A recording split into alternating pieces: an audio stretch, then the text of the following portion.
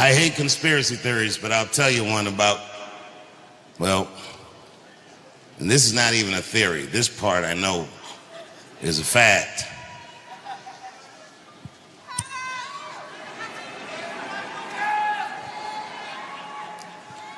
Did you know when I left D.C. and moved to New York in the 90s, the New York City Police Department had a hip-hop police task force? Did you know that? And this task force would follow anybody that was involved in hip-hop culture around. Not just rappers, drug dealers, because they thought that it was connected somehow. Even young comedians like me. Anybody that was just on that scene, they knew who everybody was and what everybody was doing. And back in those days, I used to go to nightclubs, but sometimes I go to a club and the lights would be a little bit different. And I didn't notice, but the OGs would pull me aside and be like, "Careful in the club, nigga. They got the FBI lights up." Which meant that the lighting was strange because the party was under surveillance. And they were just telling me to watch my back. And you know, I wasn't doing anything wrong anyway, nigga, just having a good time. Now, did you know that that task force was invented originally to follow just two people around?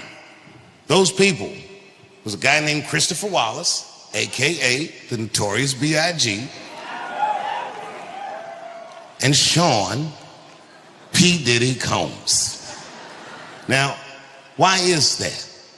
That this nigga has been under surveillance for at least 30 years. But just now they noticed that he racketeers and beats up bitches. I bet you, if he was doing all that, I bet you they seen him doing it for a long time. But why now? I don't know. It was strange in this case. Nobody called the police, except for Kid Cudi.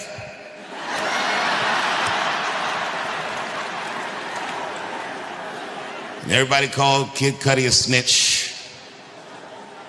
But he wasn't a snitch. A snitch is when two niggas do crime together and one of them gets caught and tells on the other one to get himself out of the trouble. Kid Cudi was violated by Puff. He alleged that Puff blew up his motherfucking Porsche with a Molotov cocktail and didn't stop there. He said he then alleged that Puff broke into his house and opened this nigga's Christmas gifts. Oh, nigga, I'd have been furious. And Kid Cudi said, I can't prove that he opened the gifts or nothing, but I came in the house and he was in there and the gifts was open and that nigga was just like, "Merry Christmas, Playboy."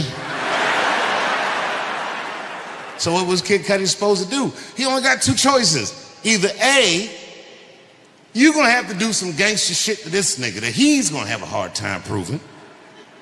Or if you're not built like that, and I do not believe that Kid Cudi is built like that, your last option is B. You gotta call the police. Good for Kid Cudi. He did the right thing. I, on the other hand, I'm built like that. If this nigga fuck my family's Christmas up, you better believe I'm gonna make him suffer for that shit. And niggas are gonna come up to me and tell me all about it and not even know I did it. "Oh my God, Dave. Oh, did you hear what happened to Puffy?" "Oh my God, no. What happened?"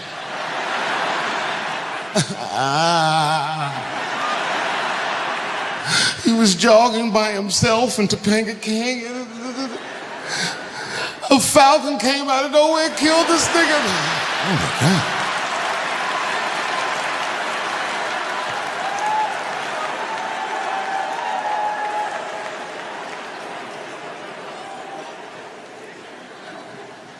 I love hip-hop music. I love many of the people that make that music. They taught me things and showed me things that I'd never seen for myself. Good things. For example, I was in Atlanta once. I'm almost done. Hang in there, champ.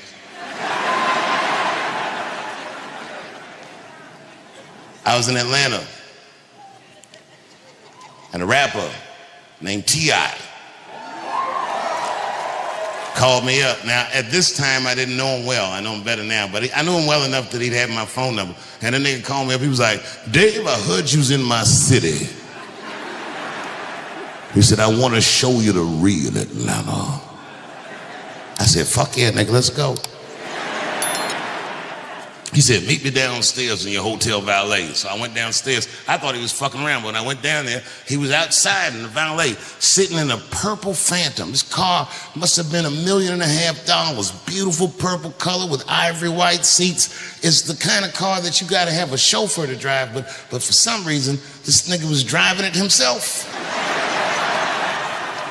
And I didn't ask no questions. I just jumped in the car, and man, he showed me Atlanta, everything. Outkast and them started rapping over there, and Future used to play in the playground over here,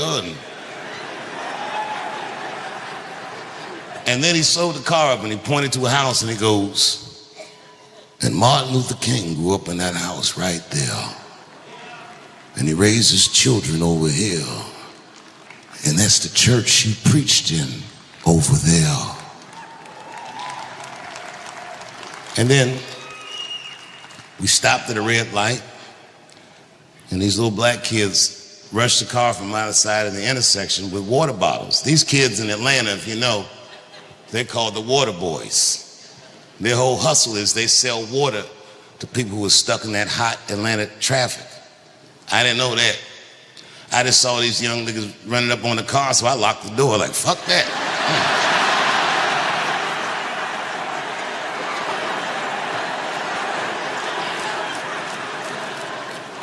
But T.I. rolled his window down, started giving the kids orders. Slow down, don't just run up on somebody's car. You don't know what they got in there. And smile so you look less threatening. And remember your manners. Yes, sir, no ma'am, please, thank you. That'll keep you alive. And keep that condensation on that water so it looks refreshing and delicious. And then that kid realized that he was talking to a legend. He said, oh my God. He said, thanks, T.I., and held his hand out for some money. And that nigga T.I. looked at him and said, I done gave you the game, and rolled up the window and drove away.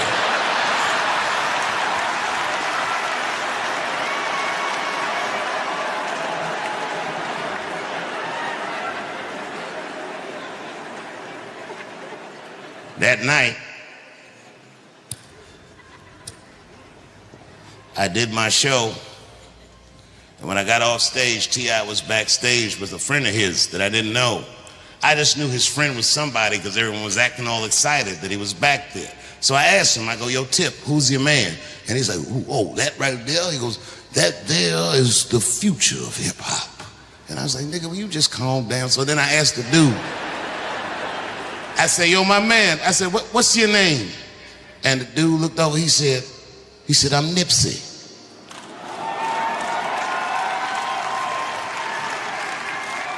And this was Nipsey Hussle. I'm not gonna go all into it, but I gotta tell you, that night, me and T.I. and Nipsey went out, and we had a fucking blast. Good time, not a freak-off fun, but fun. So much so that when I got home from the road, and my wife always asks me, she goes, Dave, how was your trip? Normally I'm just like, it was good. But this time I was like, babe, I met the coolest nigga. I said, this nigga's younger than me, but it's like he's older than me. And she's like, what? She goes, what does that mean? I was like, I don't know, bitch. She's like, it's like hanging out with a fortune cookie. This nigga just had an answer for everything. I told her all about Nipsey. And what was funny about it is years later, I saw Nipsey's widow, and she pulled me aside. I'd never met her. And she said, I just want to tell you that my husband loved you. She said, he said he met you in Atlanta, and you had a wonderful time. I said, boy, that's fucking crazy. We sure did. Not long after I met Nipsey, I was in LA doing a show. And then after the show, I got a text from a guy that says, I'm at a party you need to be at. And I was like, I'm gonna go to bed. And he's like, no, nigga, you have to come to this party. So I'm thinking this must be the freak off, finally.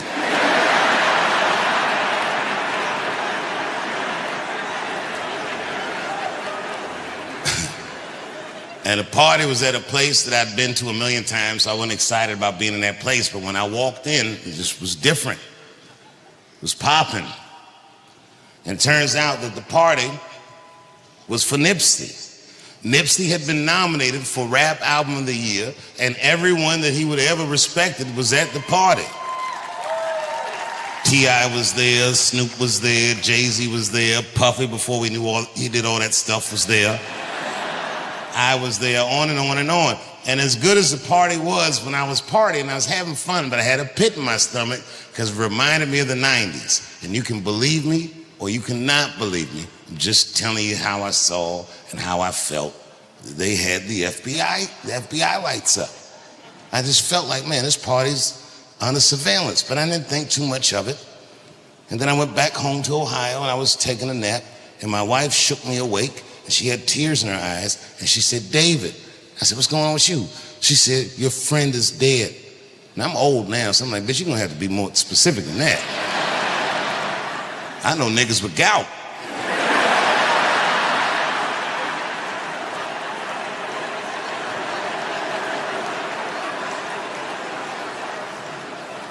But it was Nipsey.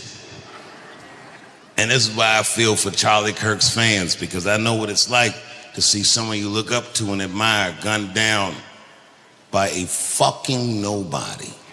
Oh my God. It's so hard to accept that.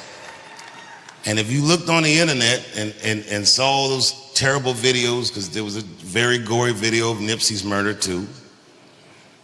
And then I looked in the comment section, and the internet was doing what it does, and everyone was coming up with one conspiracy theory after another, but the one that I kept seeing the most involved a holistic doctor in New York City.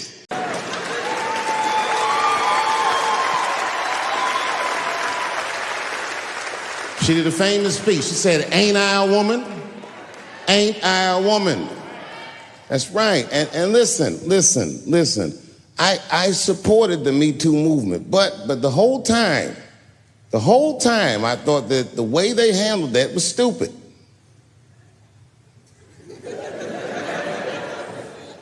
It was white. It was like they were doing shit like going to the Golden Globes, and all of them would be like, let's all go to the Golden Globes and wear black dresses to give these men a piece of our minds. Bitch, that is not gonna work. You think Martin Luther King's gonna be like, I want everybody to keep riding the bus, but wear matching outfits? You gotta get off the bus and walk. It's real talk. Real talk, that was a silly movement. I want everybody to wear crocheted pussy hats so they know we're serious. What the fuck was y'all doing? And then I said something about it in one of my specials, and all these women actresses came after me. I said, man, fuck y'all too, you canceled. I ain't jerking off to none of your pictures again.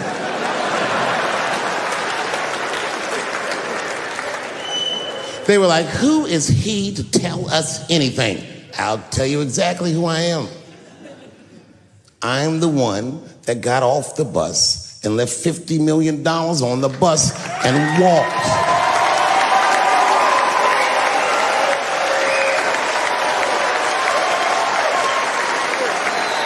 I agreed with these women, I just didn't agree with what they were doing about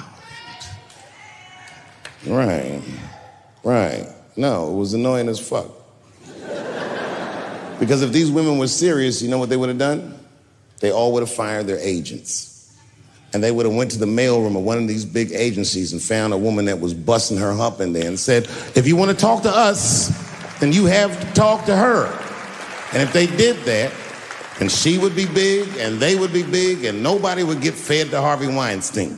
But did they do that? No. Was that their idea? No. Surprisingly, it was mine. And what I think the feminist movement needs to be very successful is a male leader. I'll do it. I will. I will lead you women to the promised land. I will make sure you get equal pay for equal work. I will make sure that nobody harasses you or fucks with you on the job. I will protect all of your interests. And all that I ask for in return is that you suck my dick. And now we're right back to square one, aren't we?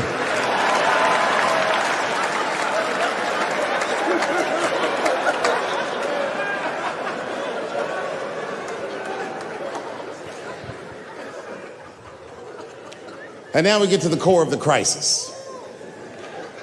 What is a woman?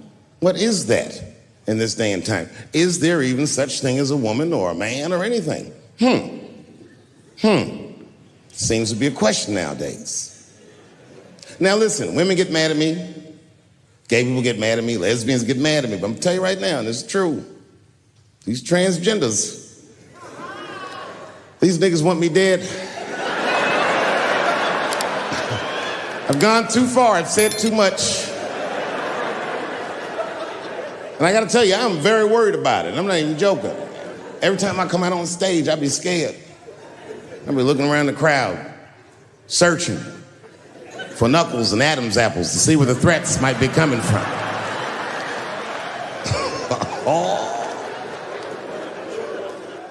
A nigga came up to me on the street the other day. He said, "Careful, Dave, they after you." I said, "What? One they or many theys?"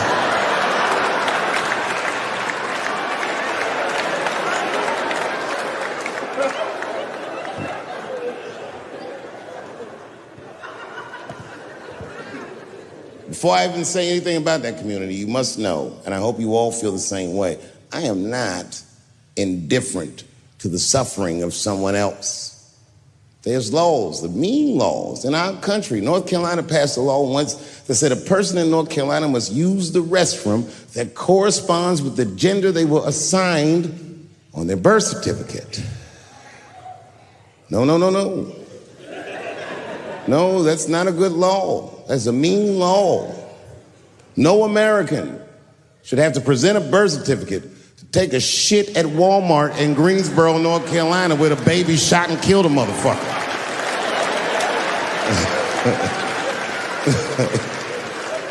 You have to ask yourself, if you're thinking about it, who are these laws designed to protect? Like, let's say they designed this law to protect me, my interests. Transphobic comedian Dave Chappelle. And let's say that I'm in Walmart doing a little shopping with my family. Now, I should tell you, if that ever happens in real life, you should know that my dreams didn't work out.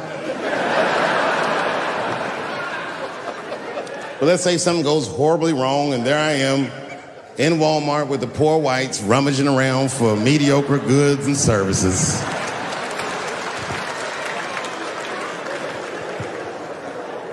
And then I gotta go to the restroom.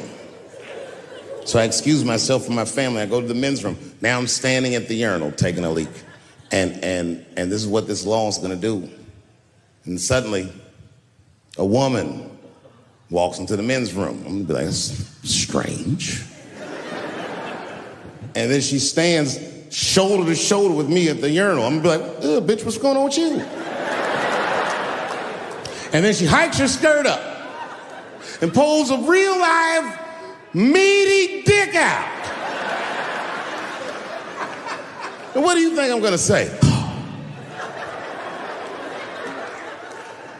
Thank God she's in here with me.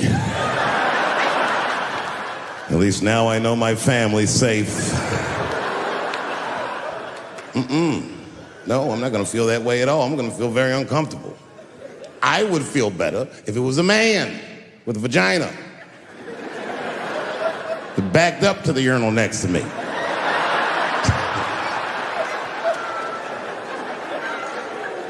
I wouldn't even think about that. I'd just be like, that's funny. This guy is peeing out of his butt for some reason. Oh my God, he must be a veteran. Thank you for your service.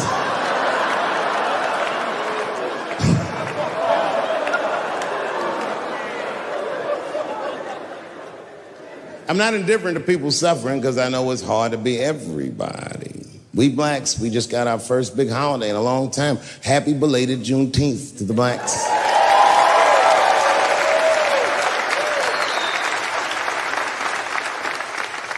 Juneteenth is a strange holiday, isn't it? It commemorates when black people in Texarkana area of the country first found out they were free. But remember, they were free when they found out. They just didn't know it yet. Very, very interesting holiday. You know, I learned something. This is a wild story. I learned this past Juneteenth of a story that's true, and there was a black man who was in South Carolina during slavery who somehow got granted his freedom by his so-called master. And when his master granted him the freedom, he also gave him a plot of land. Now, it turns out this brother was brilliant. He had a good eye, a good knack for farming. And he farmed this plot of land very successfully and made a lot of money. And this is where the story gets crazy. When he got all that money, this nigga bought some slaves. You ever heard this before? This is a true story. Not only was he a slave owner, he became a slave breeder and employed tactics that were so cruel, even white slave owners were like, yo, my man. He was a wild dude, but he did it just because that's what successful people did at the time, and he just wanted to be down. What a fucking tragedy. How can a person that went through slavery perpetrate the same evil on a person that looks just like him? It's mind-blowing. And, shockingly, they're making a movie about him. Ironically, it's called Space Jews.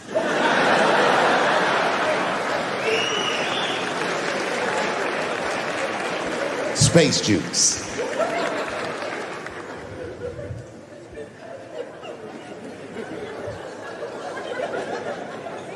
The point of that story is this person was invested in a construct.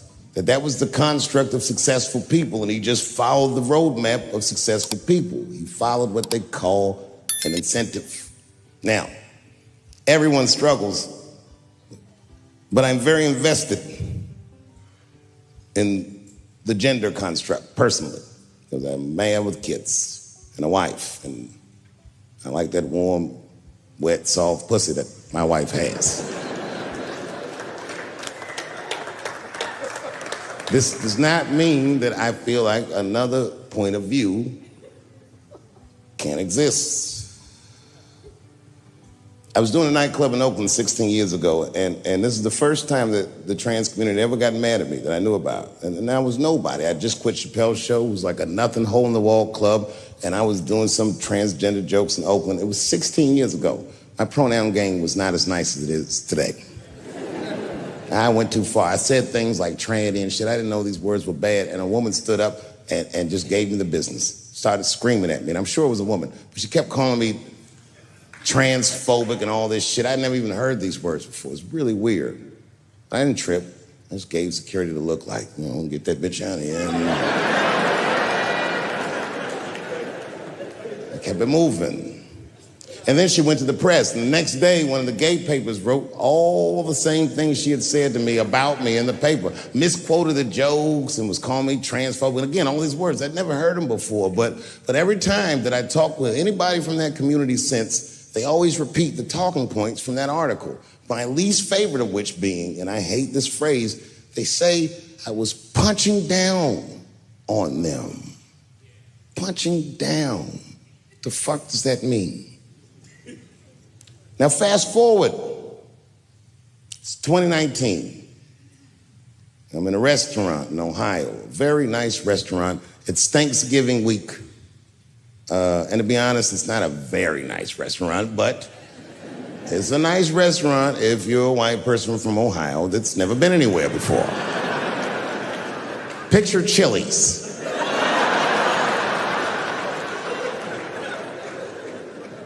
I'm sitting at the bar, I'm having a drink by myself, and the only other person in the bar is a woman, a couple stools down, and she was alone, and she was older, and that made me feel sad because it was the holidays. So I told the bartender, send that woman a drink on me. She's trying to spread the cheer, and I wish I didn't. This woman wanted to talk. She wasn't mean, she was nice, but she just wanted to talk about shit that, you know what I mean, a nigga that's trying to get drunk don't want to hear about this bitch remodeling her bathroom, and I'm sitting there trying to be polite. Oh, subway tiles, word. But then she hits a lick. piqued my interest. She says, my daughter is coming home for the holidays. Oh, that's great news. I'm glad you're not going to be alone. And then she goes on and on about how great her daughter is. I guess her daughter got a new agent. She's out in Hollywood. She's in movies and on television and all this stuff. And as she's telling me this, I'm thinking, this woman is so sweet. She probably doesn't even know who I am or what I do for a living. Because I know what your daughter's out in Hollywood doing.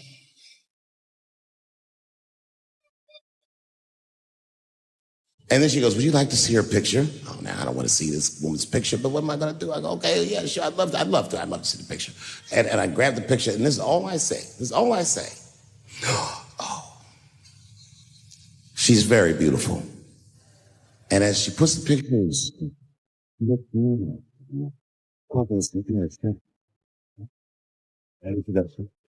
she stands together.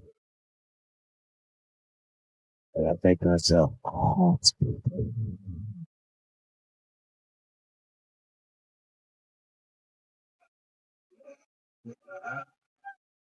I really regretted that fact. If that fact was let me be lost, I was honest. I'm like, I want to think that.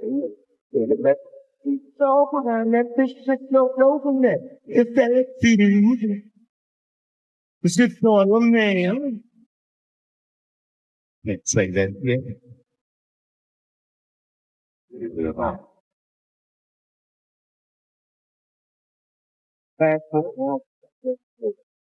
Details. Now I'm back in New York, but my rent is paid, thank God.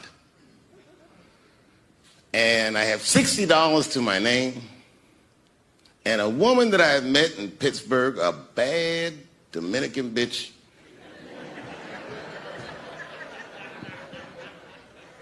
was coming to New York. She was going to spend the weekend with me.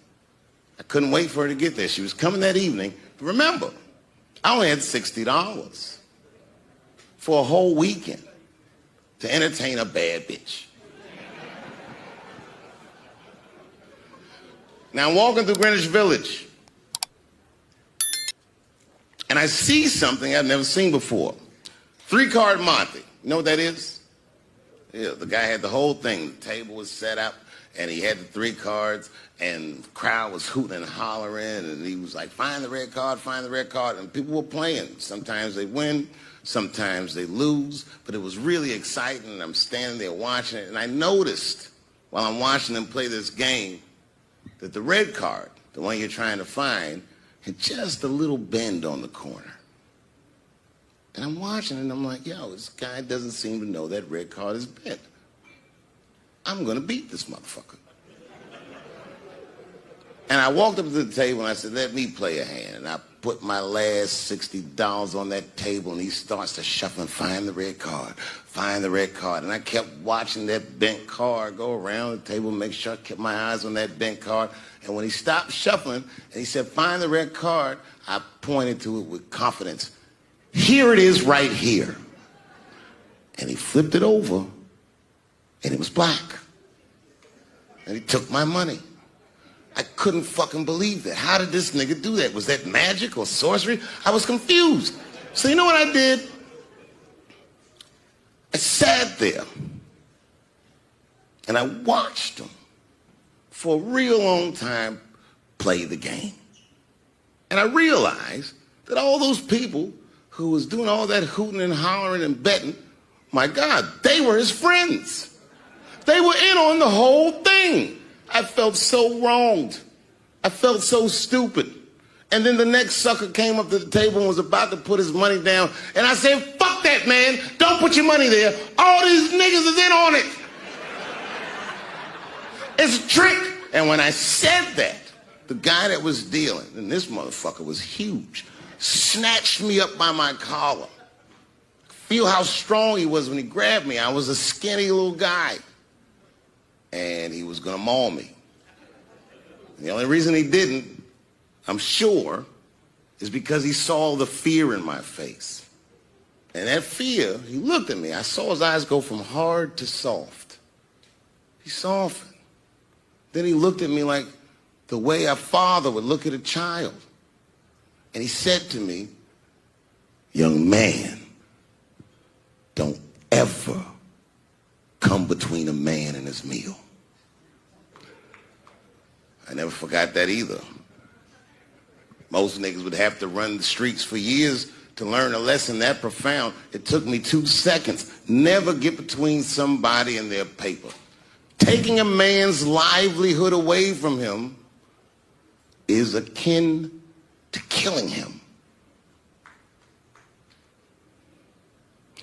Do you know why Prince, the famous rock star that was a friend of mine, do you know why he called himself the artist when he came back? He calls himself the artist because that's what they call us in our contracts. Oh, these contracts are crazy. You should hear the terminology they say in these contracts. To use your name and likeness in perpetuity throughout the universe. Who the fuck could possibly know what that means? Nobody does. It's so complicated, in fact, that when you're a kid like me, you have to hire somebody to tell you what that means. And you sit down at a table and you do the contract game. And that's how I got with Comedy Central. I signed the contract. But I signed the contract the way that a 28-year-old expectant father that was broke signs a contract. I was desperate. I needed a way out. And it wasn't good money and it wasn't good circumstances. But what else am I going to do, I said. And all these white people sitting at that table told me, trust us, Dave, it's a good contract. And I looked around the table and they all seemed to agree it was a good contract. But what if it was like that game of three-card Monte? What if they were all friends and I didn't know it? And the bag of money was Iceberg's money in the first place. What was I talking about? What was I trying to tell you? Last week, 2 weeks ago, whenever it was, I call Lauren Michaels and I tell him, okay, I'll do it. I'll do Saturday Night Live on election night. And the day I made that phone call, the day I committed to it, it gets announced that Netflix is streaming Chappelle's show. Not just Netflix. HBO Max is streaming it too. I'll tell you another story about HBO. No, hear me out. Did you know, before Chappelle's show was at Comedy Central, I pitched that show to HBO. I told them what I wanted to do. Now, these are executives.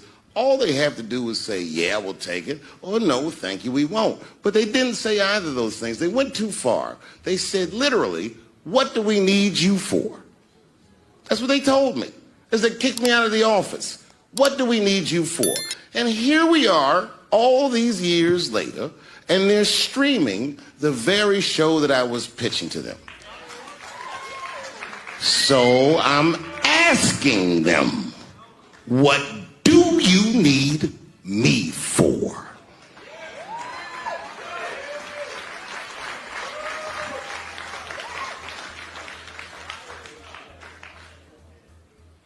People think I made a lot of money for Chappelle's show. When I left that show, I never got paid. They didn't have to pay me because I signed the contract. But is that right?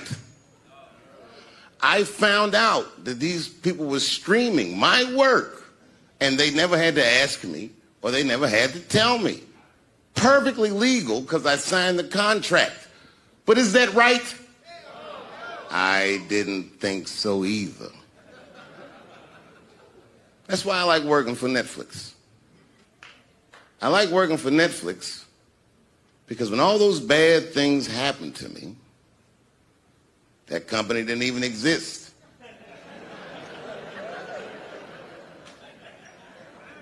And when I found out they were streaming Chappelle's show, I was furious.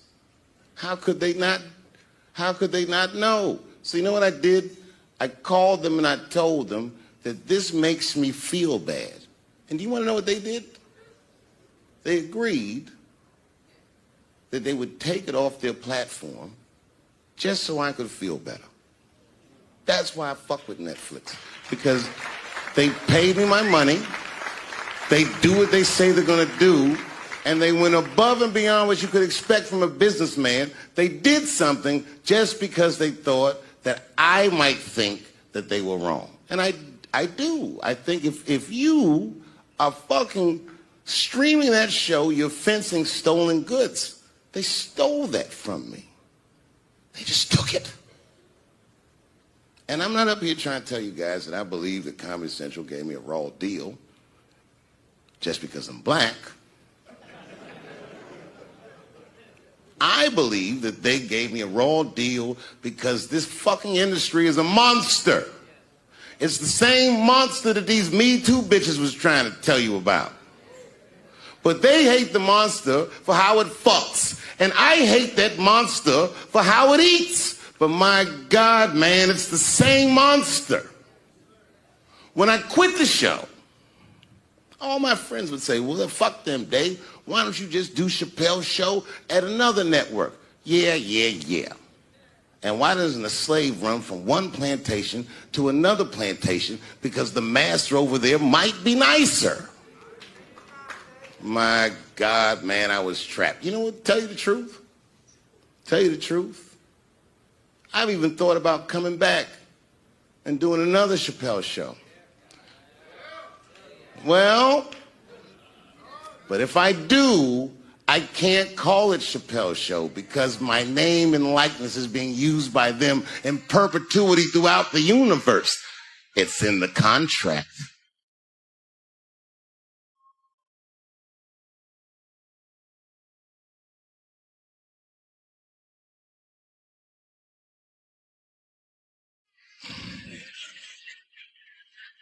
You're not supposed to do this in my business. I'm up here doing something that nobody else in this business has the balls to do. I'm telling you something that you need to know. I'm trying to explain to you what you're seeing. You don't understand what you're seeing. I am publicly flogging a network. And I know that this network niggas, they watching me and they saying, why are you doing this so publicly? Doesn't feel good to be flogged publicly. Oh, believe me, I know. I know exactly how that feels. When I quit my show, they said I was crazy. What was crazy about it? I just didn't want to do it anymore. They said I smoked crack. It's impossible. I was a devout Muslim. I didn't smoke or drink. But I do now, bitch, because you ruined my fucking life. Now it's their turn. This is their first nigga lesson. And I'm honored to give it to them. They're going to pay me for this show. I called my agent. I said, is there anything I can do about this show? And he said, no. Well, fuck you too then.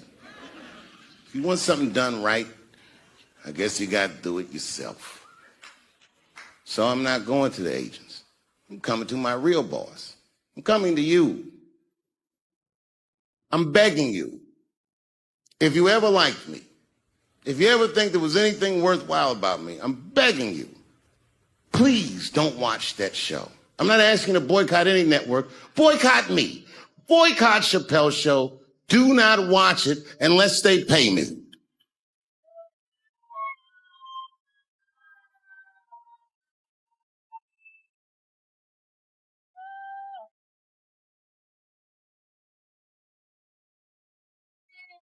If you're a shareholder at Viacom, then I'm talking to you.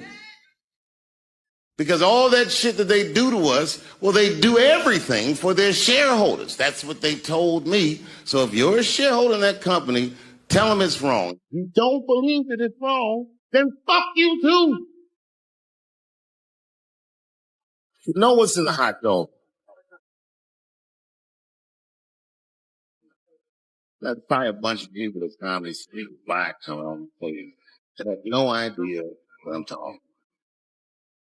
They've all people quit flyers and got YouTube on their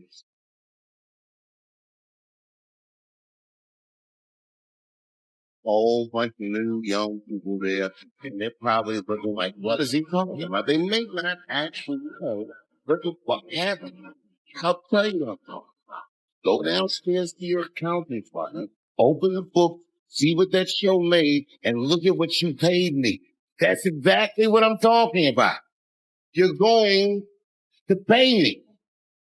I'm inviting you to come with me and work with me. And let's fight against that terrible, terrible feeling that you made me feel together. We can fight together and work this thing with Chappelle Show out. Or I can just take it. Thank you.